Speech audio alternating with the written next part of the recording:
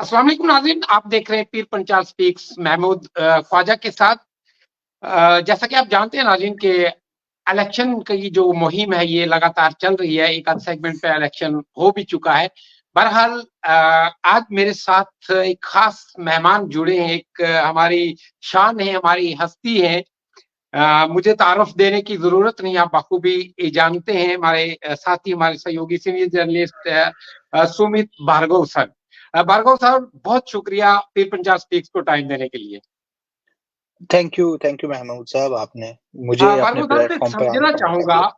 पुंछ और पुंछ राजौरी अनंतनाग जो लोकसभा सेगमेंट है, इसमें भारतीय जनता पार्टी ने अच्छी फील्डिंग भी की थी, अच्छी जो जमीनी सतह पर ग्राउंड भी बनाया था। बहरहाल फिर क्यों भारतीय जनता पार्टी फेल साबित हुई अपना कैंडिडेट फील्ड करने में? लेकिन महमूद जी, हालांकि ये एक बड़ा पॉलिटिकल एस्पेक्ट है इसमें कि भारतीय जनता पार्टी ने एक एक मैदान क्यों छोड़ा, क्योंकि किसी को भी इस चीज की उम्मीद नहीं थी। अगर आप पूरे इलेक्शन के इस प्रोसेस को देखेंगे तो हम शुरू करते हैं जब इस सीट की रीऑर्गेनाइजेशन हुई थी डिलिमिटेशन कमीशन के तहत। हम सब जी। जानते हैं कि इससे पहले ये पूरी सीट जम्मू पुंछ लोकसभा सीट के नाम से जानी जाती थी। फिर जब डिलिमिटेशन हुआ तो एकाएक सब तब हैरान हुए थे जब डिलिमिटेशन कमीशन ने अपनी प्रपोज रिपोर्ट में पुंछ का पूरा डिस्ट्रिक्ट और राजौरी की 5 असेंबली कॉन्स्टिट्यूएंसीज में से 4 कॉन्स्टिट्यूएंसीज को अनंतनाग के साथ जोड़ दिया था। जी। काफी ज्यादा क्राई भी हुआ था इस चीज को लेकर, और मुझे अभी भी अच्छे से याद है कि जो बाकी अपोजिशन पॉलिटिकल पार्टीज थी, कांग्रेस, नेशनल कॉन्फ्रेंस, इन्होंने इस चीज पर कंसर्न शो किया था और ये कहा था कि ये अपने आप में एक आर्बिट्ररी डिसीजन है, एक ऐसा डिसीजन है जो कि लोगों की ख्वाहिश के मुताबिक नहीं है और इस पे रिव्यू करना चाहिए। लेकिन बहरहाल डिलिमिटेशन कमीशन की जो प्रपोज रिपोर्ट थी वही फाइनल हुई और फिर हम सब जानते हैं कि पूरा पुंछ डिस्ट्रिक्ट और पुंछ डिस्ट्रिक्ट की तीनों असेंबली कॉन्स्टिट्यूएंसीज और राजौरी की 5 में से 4 असेंबली कॉन्स्टिट्यूएंसी जो है वो अब अनंतनाग पार्लियामेंट्री सीट का हिस्सा है।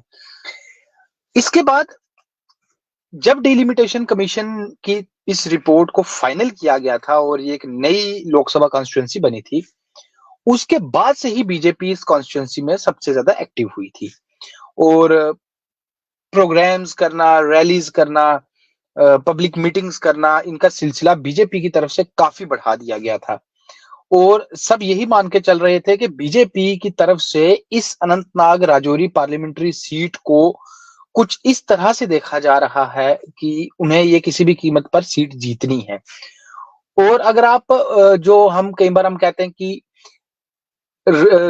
समाज की गलियों में जो सियासी बातें होती हैं, किसी टी स्टॉल पे होती है, किसी शादी ब्याह या किसी और इस तरह का जब कोई सोशल गैदरिंग होती है, वहां पे जो हमारे गांव के चुनिंदा लोग बैठ के सियासी गपशप करते हैं, तो उन सब का यही कहना था कि बीजेपी ने इस सीट को जीतना है और ये पूरे मुल्क में एक मैसेज कन्वे करना है कि देखिए हमने साउथ कश्मीर की एक सीट जीत ली है और अब कश्मीर में भी जो है वो बीजेपी का अच्छा खासा वोट बैंक बन गया है। इसके बाद फिर एक सिलसिला शुरू हुआ नामों के आने का। आप सब जानते हैं और आप तो बाखूबी वाकिफ हैं कि किस किस के नाम जो है वो गर्दिश में रहे। कभी एक सर्विंग सिविल सर्वेंट का नाम आता है, तो फिर कभी पुलिस अफसर का नाम भी मैदान में आ गया, फिर कभी बीजेपी के जो अपने इनके जम्मू कश्मीर के प्रेसिडेंट है रविंदर रैना साहब, काफी वक्त तक उनका नाम गर्दिश में रहा। फिर कोई अपना गैस वर्क ये करता था कि शायद जो सुरनकोट से एक दिग्गज सियासी लीडर ने बीजेपी ज्वाइन की थी, शायद उनका नाम भी हो सकता है। ये एक पब्लिक गैस वर्क था। इस सब के बीच किसी को ये उम्मीद नहीं थी, और खासकर अगर आप मेरे से पूछेंगे तो मुझे भी बिल्कुल भी ये उम्मीद ना थी कि बीजेपी का कोई भी कैंडिडेट मैदान में नहीं होगा। हम सब यही क्यास आराइयां कर रहे थे, हम सब इसी चीज पर जो है वो अपनी दिमागी जो तवानाई है, या हम कहें कि अपने दिमाग के घोड़े दौड़ा रहे थे कि वो नाम कौन होगा, लेकिन नाम नहीं होगा ये किसी ने भी नहीं सोचा था। अब अगर आप इसे बीजेपी के काडर के हिसाब से देखेंगे तो उनसे जो मेरी बात हुई पिछले 1-2 दिन में, जब से ये साफ हुआ कि नाम नहीं है, कोई भी कैंडिडेट मैदान में नहीं है, वो इसे पार्टी लीडरशिप का एक मास्टर स्ट्रोक कह रहे हैं।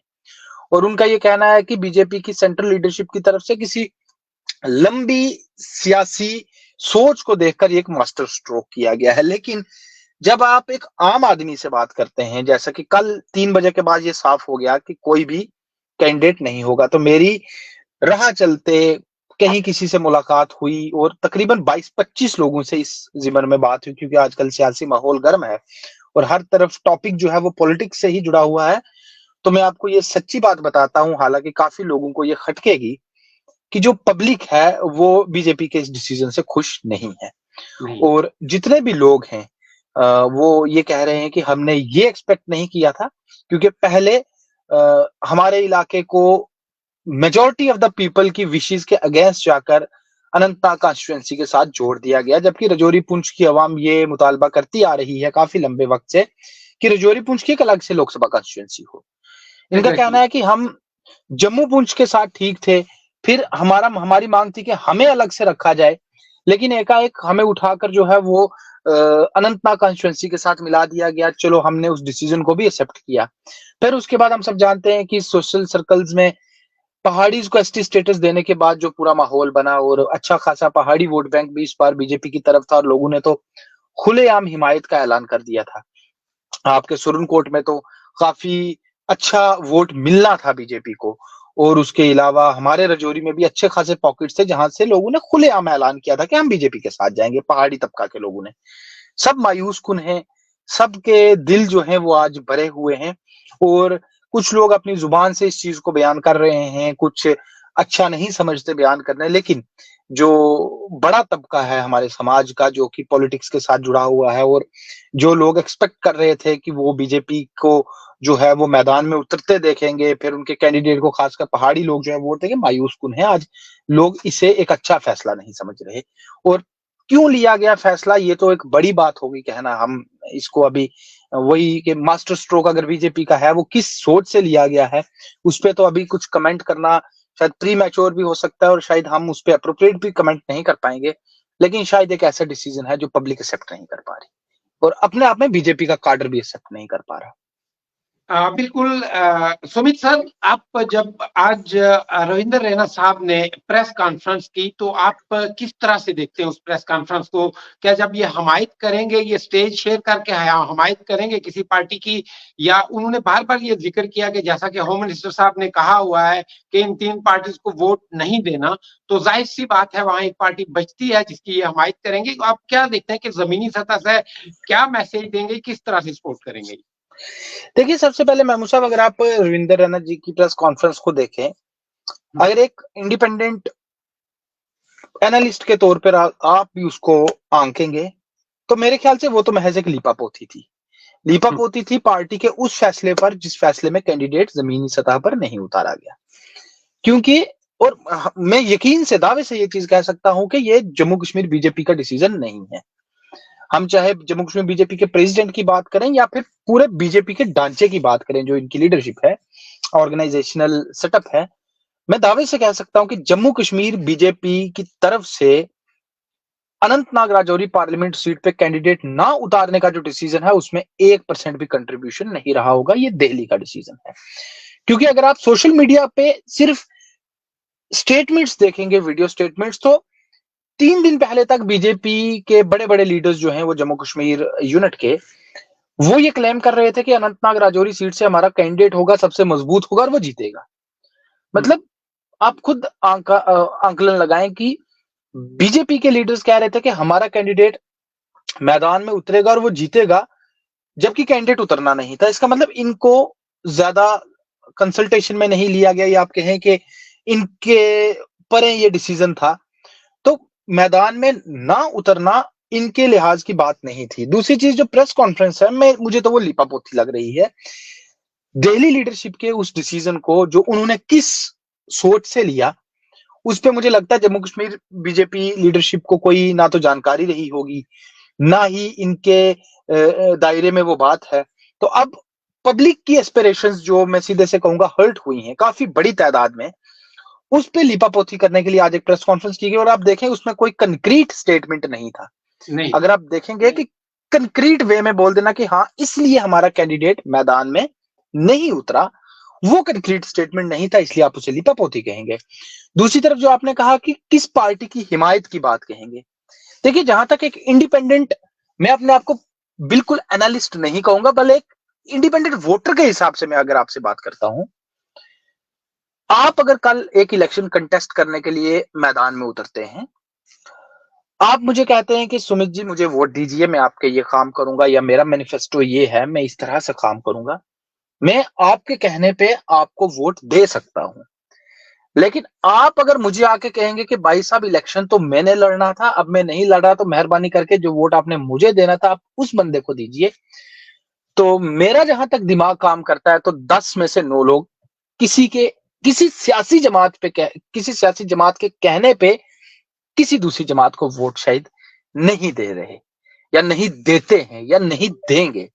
हाँ, अगर कल बीजेपी खुलेआम किसी की हिमायत में उतर आती है, ओपन टेबल पे ये कहा जाता है कि ठीक है, आप इस कैंडिडेट को, इस पॉलिटिकल पार्टी को अनंतनाग राजौरी से वोट दीजिए, जो बीजेपी का वोट शेयर था आप उधर कन्वर्ट कीजिए, उस वक्त उसका रिजल्ट क्या होगा, वो ईवीएम की जब वोट्स की गिनती का रिजल्ट सामने आएगा उसी से पता चलेगा।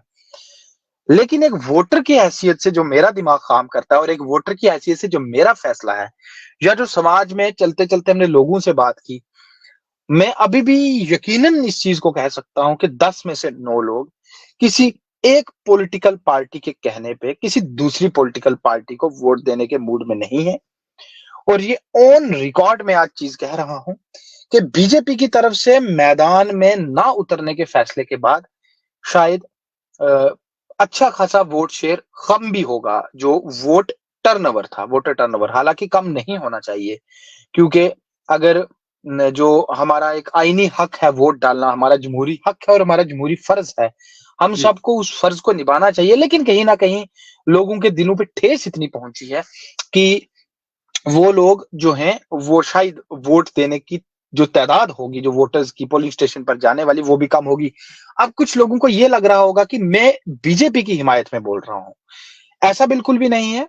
मैं एक इंडिपेंडेंट वोटर हूं, मैं जिस मर्जी को वोट दूं वो मेरा पर्सनल एक डिसीजन है। मैं यहाँ पे बात कर रहा हूं फैक्चुअल पोजीशंस की। सोसाइटी में ऐसा नहीं है कि बीजेपी की तरफ सारा वोट था, लेकिन अनंतनाग राजौरी पार्लियामेंट्री सीट की रीऑर्गेनाइजेशन के बाद दिलचस्प मुकाबला होना था। एक तरफ मियां अल्ताफ साहब हैं जो कि नेशनल कॉन्फ्रेंस के कैंडिडेट है, इंडिया अलायंस के कैंडिडेट है, और सबसे बड़ी बात कांग्रेस की उन्हें हिमायत हासिल है। और अगर आप देखेंगे आज भी कांग्रेस का अच्छा खासा काडर राजौरी पुंछ में है, इसका मतलब उनके पास भी एक अच्छा वोट शेयर है। महबूबा मुफ्ती जो फॉर्मर चीफ मिनिस्टर रही है, अगर हम फैक्चुअल पोजीशन देखें तो साउथ कश्मीर में उनका अच्छा खासा वोट है, मतलब वो भी एक वजनी कैंडिडेट है। तो बीजेपी का ऐसे तो एक अच्छा खासा वोट बैंक है। मेरे पास अभी भी रिकॉर्ड्स हैं 2019 पार्लियामेंट्री इलेक्शंस के, कि राजौरी पुंछ की कुल 7 असेंबली कॉन्स्टिट्यूएंसी से बीजेपी ने 2019 पार्लियामेंट्री इलेक्शंस में 1,35,000 वोट हासिल किया था। अगर आप उससे फिलहाल जो हमारा सुंदरबानी और कालाकोट का इलाका बाहर हुआ है और जम्मू के साथ जोड़ दिया गया, अगर आप उसके वोट को भी काट देंगे, 1,02,000 के आसपास वोट बीजेपी को राजौरी की उन इलाकों से मिला और पुंछ पूरे डिस्ट्रिक्ट से मिला जो आज अनंतनाग राजौरी के पास है। मतलब बाय डिफॉल्ट बीजेपी के पास 1 लाख से ऊपर वोट है। उसके बाद इस बार ये तो खुलेआम एक अंधे को भी दिखता है कि पहाड़ी तबका का अच्छा खासा वोट बीजेपी को मिलना था, एसटी जो डिमांड थी उसके पूरे होने के बाद। उसके बावजूद बीजेपी का कैंडिडेट मैदान में नहीं उतरा, तो वो सभी लोग जो कि या तो बीजेपी को वोट देते आए हैं 1 लाख से ऊपर जिनने 2019 में वोट दिया, या फिर वो सभी लोग जो कि इस बार पार्लियामेंट्री इलेक्शंस में एसटी स्टेटस मिलने के बाद पहाड़ी तबका से वोट देने का मन बना चुके थे, वो पूरी तरह से मायूस कुन है। और उनकी मायूसी का मेरे ख्याल से नतीजा ये रहेगा कि शायद वोट शेयर कम होगा, वोटर टर्नओवर कम होगा आने वाले इलेक्शंस में।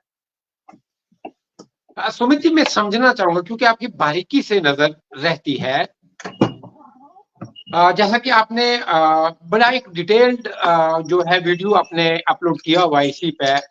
पहले अगर भारतीय जनता पार्टी के हम लास्ट लोकसभा इलेक्शन की बात करें तो बहुत कम वोट जो है वो चाहे सुरनकोट से हो, पुंछ से हो, राजौरी से हो आया था।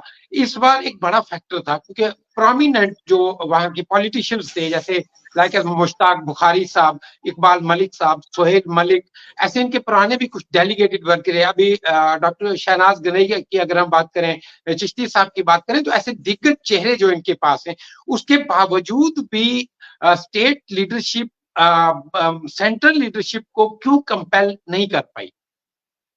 देखिए, अगर आप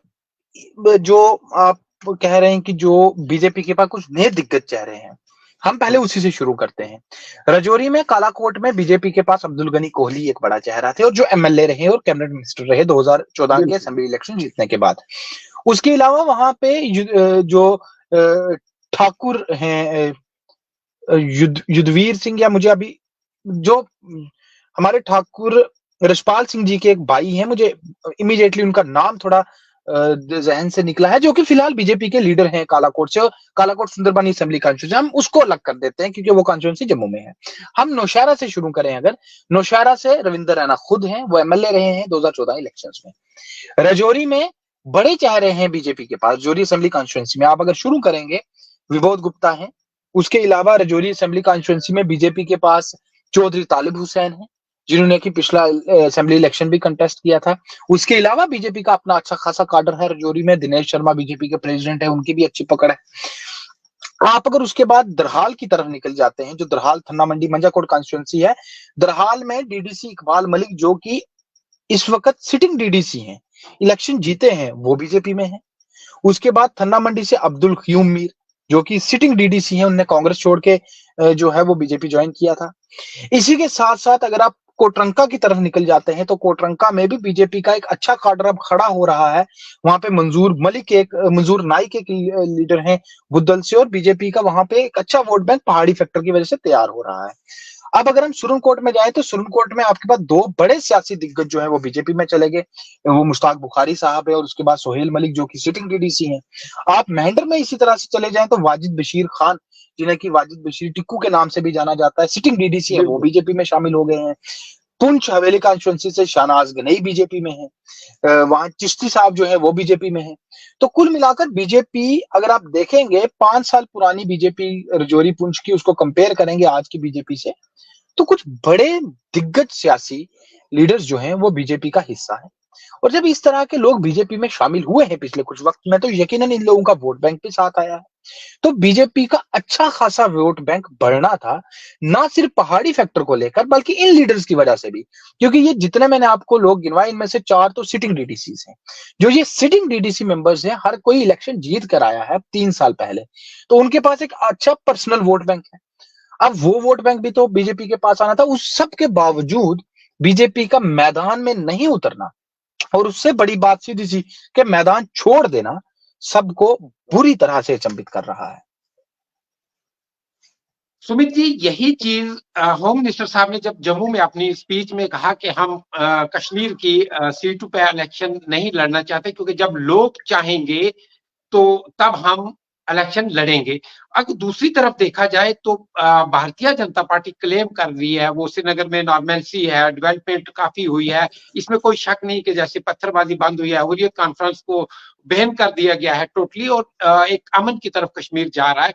लेकिन ये बहुत बड़ा सवालिया निशान है हम सब लोगों के लिए, यानी हम तजब्जब में हैं कि इतना बड़ा कौन सा फैक्टर है कि भारतीय जनता पार्टी को 400 पार कहने वाले, या असेंबली सेगमेंट की हम बात करें 50 पार कहने वाले को ये क्या जरूरत, क्यों इतना डर लगा कि आपने एकदम से 3 जो नशिस्तें हैं लोकसभा की उन पर सरेंडर कर दिया। देखिए, मैं मुझे बिल्कुल, अगर आप कश्मीर की 2 कॉन्स्टिट्यूंसीज की बात करेंगे, जो नॉर्थ कश्मीर की कॉन्स्टिट्यूंसी है और जो एक श्रीनगर प्रॉपर कॉन्स्टिट्यूंसी है, वहां पे तो यकीनन बीजेपी जितना मर्जी बड़ा दावा करे, अभी उतना काडर बीजेपी का नहीं बना है कि वहां पे कोई ये बहुत ज्यादा मद्दे मुकाबिल रहे, या फिर हम कहें कि जीतने की दौड़ में कोई अव्वल रह रही हो बीजेपी। हाँ, काडर अपना है उनके, वहां पे भी कुछ लीडर्स हैं। कश्मीर जो बीजेपी यूनिट है, वो भी पिछले कुछ सालों से हमने उनको देखा है कि वो भी काम कर रहे हैं, और तस्वीर में हैं बीजेपी के कश्मीर यूनिट के लीडर्स भी। बट उतना बड़ा कोई काडर वहां पे मुझे तो नहीं दिखा कि वो इलेक्शन जीते, तो इसलिए वहां से कैंडिडेट मैदान में ना उतारना तो समझ आता है कि ठीक है, जहां पे आपको लगता है कि आपका काडर अभी इतना मजबूत नहीं हुआ कि आप जीत पाएंगे, तो वहां से तो समझ आता है। लेकिन इस कॉन्स्टिट्यूएंसी से, जिस कॉन्स्टिट्यूएंसी को जो है वो बीजेपी के लिए एक अच्छा खासा वोट बैंक वाला इलाका माना जा रहा था, और जैसा मैंने आपको बताया कि 1,35,000 वोट 2019 पार्लियामेंट्री इलेक्शंस में लिए, उसके बाद अब पहाड़ी फैक्टर पे बड़ा वोट मिल रहा था। साउथ कश्मीर में अगर आप देखें, तो मुझे लगता है पिछले 1 से 1.5 साल में रविंदर रैना ने दर्जनों वहां पे जलसे किए हैं, दर्जनों मीटिंग की, दर्जनों रैलीज की, और हर एक रैली में उनका यही ऑन रिकॉर्ड स्टेटमेंट है कि हमारे पास रिकॉर्ड जो सपोर्ट है, बड़े लोग जो हैं वो बीजेपी में आ चुके हैं और एक बड़ा सपोर्ट बीजेपी को मिला है और शायद बाकी पार्टी से भी ज्यादा सपोर्ट है। इतना अच्छा सपोर्ट का दावा है। रजौरी पुंछ से ऑन रिकॉर्ड आपको अच्छा खासा वोट मिलता रहा। ऑन रिकॉर्ड पहाड़ी तबके के लोगों ने टेबल पर बैठकर प्रेस कॉन्फ्रेंसिस में हर जगह पे इस चीज का ऐलान किया कि हम बीजेपी को पूरा वोट बैंक पूरा वोट देंगे।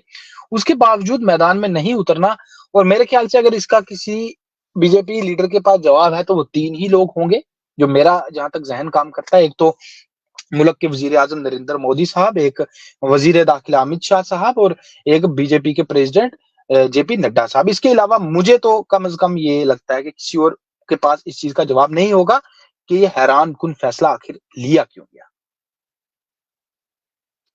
सुमित जी, इसी के साथ मैं ये समझना चाहूंगा कि भारतीय जनता पार्टी का ये फैसला कि अनंतनाग राजौरी सीट पे अपना कैंडिडेट ना उतारना, तो क्या दूसरी जो पॉलिटिकल पार्टीज हैं उनको कितना एज मिल सकता है? अगर मान लो भारतीय जनता पार्टी इंडिविजुअली या स्टेज शेयर करके किसी दूसरी पार्टी को सपोर्ट करती है या कंपेन करती है? देखिए महमूद जी, मैं इसको बिल्कुल बेसिक क्लैरिटी में अपने जहन के मुताबिक कहना चाहूंगा। नेशनल कॉन्फ्रेंस का एक अपना वोट बैंक है, खास करके साउथ कश्मीर में नेशनल कॉन्फ्रेंस का अपना वोट बैंक है, जितना भी है वो अपना है।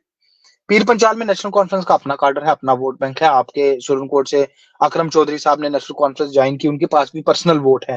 एजाज जान साहब पुंछ हवेली से, उनके पास अपना वोट है। जावेद राणा साहब मेंढर से, उनके पास एक अपना वोट है। मैं नहीं कहूंगा कम है ज्यादा, लेकिन एक अपना वोट उनके पास है, पर्सनल वोट बैंक है। इसी तरह से हमारे रजौरी में नेशनल कॉन्फ्रेंस के कुछ लीडर्स हैं। रजौरी में डिस्ट्रिक्ट डेवलपमेंट काउंसिल के चेयरमैन भी नेशनल कॉन्फ्रेंस से हैं। मुजफ्फर इकबाल खान जो हैं, जो फॉर्मर सब जज हैं, वो भी नेशनल कॉन्फ्रेंस से हैं। नौशहरा से सुरिंदर चौधरी एक बड़ा दिग्गज चेहरा जो है वो नेशनल कॉन्फ्रेंस से है। तो ये जो भी लोग हैं, जितने भी लोग हैं, इनका एक पर्सनल वोट बैंक है। इसके अलावा पीडीपी का एक अपना वोट बैंक है। पीडीपी आप कम कहें ज्यादा कहें, लेकिन हर एक कॉन्स्टिट्यूंसी में उनका एक अपना कार्डर काम करता है, उनका एक अपना वोट बैंक है। अब सवाल ये आ गया कि बीजेपी का मैदान छोड़ने की वजह से जो बीजेपी का वोट बैंक था, जैसे 1 लाख प्लस वोट बीजेपी को, अगर 1,35,000 वोट बीजेपी को 2019 पार्लियामेंट्री इलेक्शन में मिला, इसका मतलब आज भी हम एक पॉलिटिकल फार्मूला पे चले तो 70% वो वोटर्स आज भी बीजेपी के हैं। अब वो 1 लाख लोग किसकी तरफ जाएंगे, वो बहुत इंपॉर्टेंट फैक्टर होगा। और उससे भी बड़ा फैक्टर ये होगा कि जो पहाड़ी लोग हैं, जिसमें पहाड़ी हिंदूज भी हैं, पहाड़ी मुस्लिम्स भी हैं, जिन्होंने ओपन अनाउंस कर दिया था कि हम बीजेपी को वोट देंगे, जिसमें अगर मैं आपको बताऊं, खास करके रजौरी के दरहाल के लोग थे और पुंछ के सुरनकोट के लोग थे, क्योंकि यहां से हम एक्सपेक्ट करते कि बल्क वोट बीजेपी को मिलेगा पहाड़ीज का। ये पहाड़ीज किसकी तरफ जाएंगे, ये डिसाइसिव फैक्टर होगा। अगर तो वोट बंटता है, 4 मेन पॉलिटिकल पार्टीज इस वक्त हमारी कॉन्स्टिट्यूंसी से मैदान में है। Peoples Democratic Party, National Conference, Jammu Kashmir Apni Party और डेमोक्रेटिक प्रोग्रेसिव आजाद पार्टी। अगर तो मान के चले कि 25-25% चारों पॉलिटिकल पार्टीज में वोट बंट जाता है, फिर तो हर किसी का जो अपना वोट बैंक है उसमें 25% ऐड होगा, मतलब जो न्यू एडिशन है वो बराबर की रहेगी। तो फिर वही जो आप अब पहले फार्मूले पे चल रहे थे उसी के मुताबिक। लेकिन अगर ये वोट जो बीजेपी को मिल रहा था, अगर वो कहीं एक की तरफ ज्यादा झुक जाता है, तो वो डिसाइसिव फैक्टर रहेगा। अगर तो नेशनल कॉन्फ्रेंस इस बिखरे हुए वोट को, जो कि बीजेपी को मिलना था, उसे इंश्योर करती है कैंपेन के जरिए कि ये लोग घर ना बैठे, ये मायूस होने के बावजूद पोलिंग स्टेशन पर आए और नेशनल कॉन्फ्रेंस को वोट करें। और अगर नेशनल कॉन्फ्रेंस 100 में से 50% से ज्यादा वोट ऐसा ले जाती है, तो नेशनल कॉन्फ्रेंस को बड़ा एज रहेगा। यही काम अगर पीडीपी कर लेती है कि जो बीजेपी का वोट अब बीजेपी के पाले में नहीं रहा, वो वोट तो इस वक्त जिसे हम कहेंगे अकेला पड़ा हुआ है। अब कौन सी पॉलिटिकल पार्टी उस वोट को इकट्ठा कर सकती है? अगर तो 25-25% जैसा मैंने बोला कि रहता है, तो फिर तो कोई बड़ी बात नहीं है। लेकिन अगर वो वोट कोई पॉलिटिकल पार्टी ज्यादा ले लेती है, तो वो डिसाइसिव फैक्टर रहेगा और मुझे लगता है वो जीत हार को तय करेगा। और आज पीपल्स डेमोक्रेटिक पार्टी के कुछ लोगों से जब मेरी बात हो रही थी, तो उन्होंने साफ कहा था कि हमारी सीधी नजर अब उस वोट पे है जो बीजेपी को मिलना था। और उनके मुताबिक ये वोट 2 लाख से ऊपर है। उनका ये साफ कहना है कि 1 लाख से ऊपर वोट जो पहले बीजेपी को मिल चुका है, और 1 लाख से ऊपर वोट जो अब नया बीजेपी को पहाड़ी फैक्टर के बाद मिलना था कम से कम, ये सारा वोट हम इस पर नजर रखे हुए हैं। ये 2 लाख अगर वोट हमें मिल जाता है, और हम कोशिश करेंगे कि ये मिल जाए, ज्यादा से ज्यादा मिले, तो हमारी जीत पक्की है। अब ये वोट किसकी तरफ जाता है, वोटर्स का रुझान क्या है, ये तो वक्त बताएगा, लेकिन यही डिसाइसिव वोट मेरे हिसाब से रहने वाला है। सुमित जी, आखिरी सवाल, क्या असेंबली इलेक्शन पे भारतीय जनता पार्टी को कोई झटका लग सकता है, कश्मीर से अनंतनाग पुंछ राजौरी की सीट पे इलेक्शन ना लड़ना? देखिए महमूद जी, आप अगर किसी एक पुराने सियासी लीडर से बात करेंगे जो कि काफी लंबी वक्त से सियासत में है, पॉलिटिक्स में एक टर्मिनोलॉजी को माना जाता है, समझा जाता है, बयान किया जाता है और उस पर अमल किया जाता है, वो है वोट्स की मोबिलाइजेशन का। कि आज जो इलेक्शन होता है उसका असर अगले होने वाले इलेक्शन पे जरूर पड़ेगा, क्योंकि आज अगर आपकी पार्टी से कोई वोट कटा है, उसे दोबारा जोड़ना है, वो मेहनत का काम है। आज अगर आपकी पार्टी के साथ कोई वोट जुड़ा है, तो कोई दूसरा उसको तोड़ेगा, अगले आने वाले इलेक्शन में उसको उसमें मेहनत लगेगी। तो कुल मिलाकर जब एक पार्टी के पास एक वोट एक इलेक्शन में आता है, तो ये माना जाता है कि वो वोट मोबिलाइज हुआ है, और अगले इलेक्शन में उस वोट को वापस हासिल करना उस पार्टी के लिए आसान रहता है, और दूसरी पार्टी को उस वोट को तोड़कर अपने साथ लाना मुश्किल रहता है। तो इस हिसाब से अगर आप देखें, तो अनंतनाग राजौरी पार्लियामेंट्री सीट से, और खास करके राजौरी पुंछ की कुल जो 7 सीट्स हैं जो कि इस कॉन्स्टिट्यूएंसी पार्लियामेंट्री सीट के साथ हैं, उनमें वोट्स की मोबिलाइजेशन बीजेपी के लिए तो नहीं होगी, क्योंकि बीजेपी का कैंडिडेट नहीं है। तो यकीनन एक बेसिक पॉलिटिकल फार्मूला के मुताबिक चलें, जो कि वोट्स मोबिलाइजेशन का फार्मूला है, तो इससे कोई इनकार नहीं कर सकता कि अगर अगले 1 साल के अंदर असेंबली इलेक्शंस होते हैं और यही फैक्टर्स, यही पॉलिटिकल सिनेरियो, इन्हीं इश्यूज पे, इन्हीं एजेंडाज पे इलेक्शन लड़ा जाता है, कोई ज्यादा ड्रास्टिक चेंज नहीं होती, तो वोट मोबिलाइजेशन ना होने की वजह से यकीनन यकीनन यकीनन बीजेपी को नुकसान होगा। सुमित जी, मैं समझना चाहूंगा, इस वक्त चाहे वो इंडियन नेशनल कांग्रेस हो, वो पीडीपी हो, वो अपनी पार्टी हो, या नेशनल कॉन्फ्रेंस हो, ये सब ये चीज कह रहे हैं कि अगर हमें पब्लिक मौका देती है तो हम स्टेटहुड की बात कर रहे हैं, हम स्टेटहुड को वापस लाएंगे, स्टेट को वापस लाएंगे। इवन कि ये 5 अगस्त 2019 को होम मिनिस्टर साहब ने खुद 370 कहा को था कि हम वक्त आने पर स्टेट दे देंगे। इसके अलावा और कौन से ऐसे मंशूर हैं जो युवा के लिए हो, बेरोजगारी के लिए हो, जमीनी सतह पर देखा जाए पीर पंजाल के अंदर बिजली पानी के हवाले से अगर बात की जाए, तो ये पूरी तरह से नहीं हो पाए? देखिए महमूद जी, मैं अब आपसे एक वोटर के तौर पर और एक आम बाशिंदे के तौर पर बात करता हूं। देखिए, बेसिक एक इशू है स्टेटहुड रेस्टोरेशन का। अगर आप इसको टेक्निकली देखें, सोशली देखें, तो एक जायज मांग है। आज आप लद्दाख में भी देखें तो वो लोग भी कितना लंबा जो है वो एहतजाज कर रहे हैं स्टेटहुड की रेस्टोरेशन का। और दिल्ली में अगर आप देखें, जो वहां पे यूनियन टेरिटरी है विद लेजिस्लेचर, वहां पे भी कितना खींचातान है। उस हिसाब से अगर हम देखें तो जम्मू कश्मीर के स्टेटहुड की रेस्टोरेशन जो है वो एक जायज मांग है। उसमें सबसे अच्छी चीज ये है कि मुल्क के वजीर दाखिला और जो मुल्क के वजीर आजम है और जो पूरी हुकूमत हिंद है, उसकी तरफ से ये बार बार हर जगह पे साफ किया गया है कि स्टेटहुड जरूर रिस्टोर होगा। उन्होंने हालांकि वक्त नहीं बताया, लेकिन हम अपने मुल्क के वजीर आजम पे, मुल्क के वजीर दाखिला पे और जो मुल्क की हुकूमत है उस पर इतना एतबार आराम से कर सकते हैं कि हाँ, अगर इतने बड़े लोग जो कि हमारे मुल्क की क्यादत कर रहे हैं, वो अगर ऑन रिकॉर्ड ये चीज कह रहे हैं, तो यकीनन स्टेटहुड रिस्टोर होगा, आज नहीं तो कल हो जाएगा। जो आपने बाकी इश्यूज की बात की, मैं आपको एक बड़े ही जिसे हम कहेंगे कि दिल के जख्मों से ये कहना चाहता हूं कि हम राजौरी पुंछ के लोग बेहद शरीफ हैं, और सियासी तौर पर हमें बेवकूफ बनाना बहुत आसान है, बहुत आसान है और बहुत आसान है। और मैं तो कहता हूं कि आज भी हम जितने मर्जी पढ़ लिख जाएं, लेकिन आज भी हम लोग जात, मजहब, बिरादरी और सबसे बड़ी बात कि इलाके से ऊपर नहीं उठ पाए हैं। आज भी हम जितने मर्जी डेवलपमेंटल इश्यूज के एजेंडाज की बात करें, लेकिन आखिर में गुज्जर, पहाड़ी, हिंदू, मुस्लिम, इन मौजूओं पर जो है हम वोट देने पर आमादा हो जाते हैं। चाहे हम में से कोई पढ़ा लिखा होगा या हम में से कोई अनपढ़ होगा। और इसलिए मैं कहूंगा कि राजौरी पुंछ की आवाम को सियासी तौर पर बेवकूफ बनाना सबसे आसान है। नहीं तो आप मामलात की बात करते हैं, मैं अब कुछ एक मामलात गिनता हूं। सबसे पहले हम बिजली पे आते हैं। आज भी हमारे मुतहद गांव ऐसे हैं जहां पर लोगों को 100 120 वोल्टेज की बिजली मुयस्सर है। और आप बाखूबी वाकिफ है कि बेसिक इलेक्ट्रिकल अप्लायंस आज की डेट में इन्वर्टर है, और इन्वर्टर को भी चार्ज होने के लिए 180 वोल्टेज चाहिए। और हमारे बिल्कुल। बेशतर गांव ऐसे हैं जहां पर 120 की वोल्टेज है। मतलब हमारा बिजली का निजाम बोसीदा है। पानी के एतबार से देखें, जल जीवन मिशन एक अच्छी स्कीम की शुरुआत हुई, लेकिन जिसे हम बिल्कुल एक बुनियादी जुबान में कहेंगे उसका बेड़ा गर्क करके रख दिया हमारे इंजीनियर्स ने और हमारे मकामी ठेकेदारों ने। और आज की डेट में मैं दावे से कह सकता हूं कि ठीक है, 1 साल के बाद जल जीवन मिशन जितनी फंडिंग हुकूमत की तरफ से हुई, जितनी अच्छे तरीके से इस स्कीम की सुपरविजन की बात जम्मू कश्मीर हुकूमत कर रही है और जो मुतलका जिला इंतजामिया है वो उस पर कार्रवाई कर रही है, लेकिन ये स्कीम कुछ हद तक फेल होकर साबित होगी। क्यों? क्योंकि ना लोग इसमें कोई तवज्जो दे रहे हैं, और जो लोग उसमें एंगेज किए गए काम करने के लिए घटिया क्वालिटी का काम किया जा रहा है, और वहां पे सियासी बुनियादों पे काम होता है। उसके बाद आप सड़कों की हालत देखें। आप कश्मीर वादी में चले जाएं, आपको पता चलेगा कि सड़कें किसे कहते हैं। मुझे बिल्कुल। 3 मरतबा लद्दाख में घूमने का मौका मिला। लद्दाख सबसे टफ टेरेन है। कितने अब तकरीबन आधा साल वो इलाका बर्फ के नीचे रहता है। वहां पे बिल्कुल पथरीले ऊंचे पहाड़ों के बीच सड़कें बनाई गई हैं, लेकिन वहां पे सड़कों पर आपको एक भी गड्ढा नजर नहीं आएगा। यहाँ पे सड़कों की हालत आप देखें, हम मतलब जानवरों से भी बदतर सड़कें हमें दी गई हैं चलने के लिए।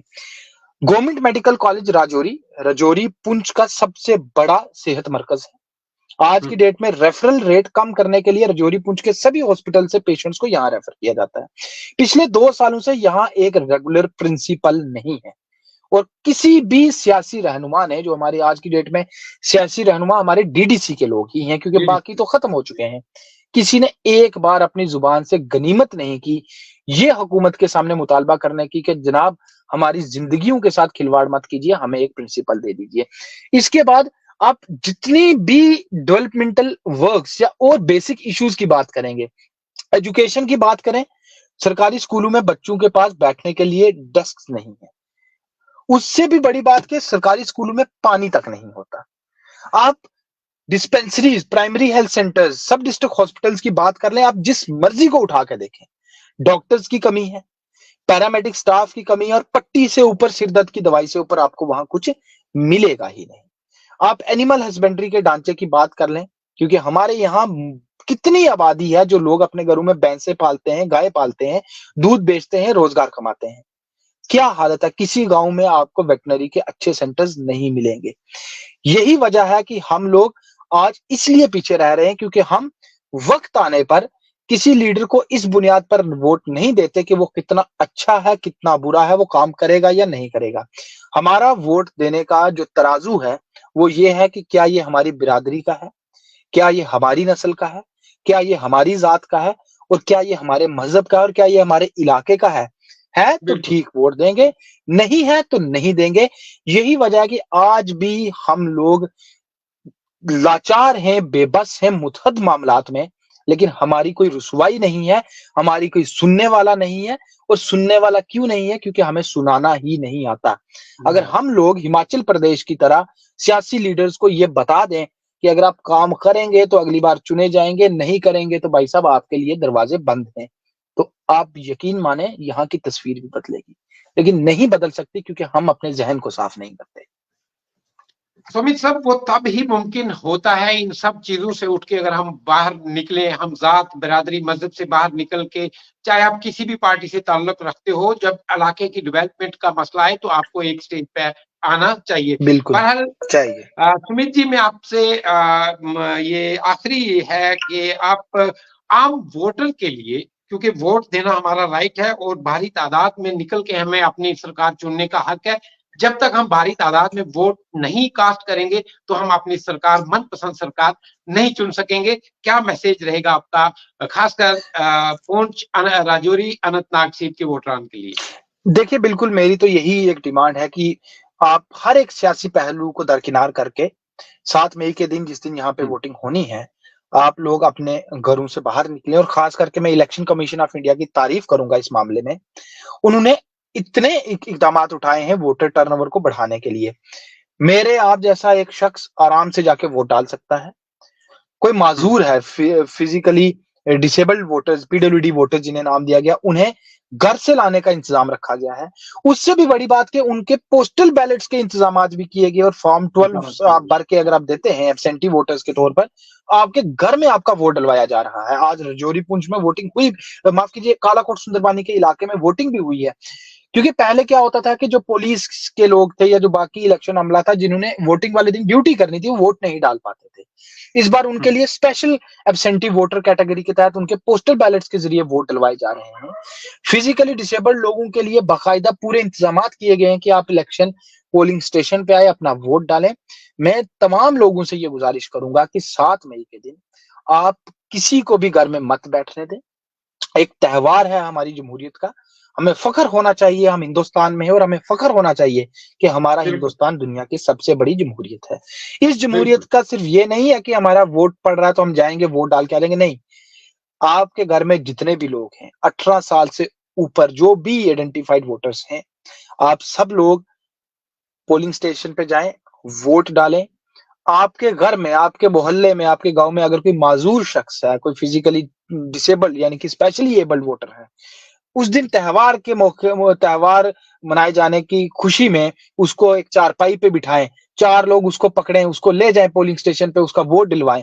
उसकी भी हौसला अफजाई होगी, आपके दिल को भी सुकून मिलेगा कि आज आपने बहुत अच्छा काम किया अपने मुल्क के लिए।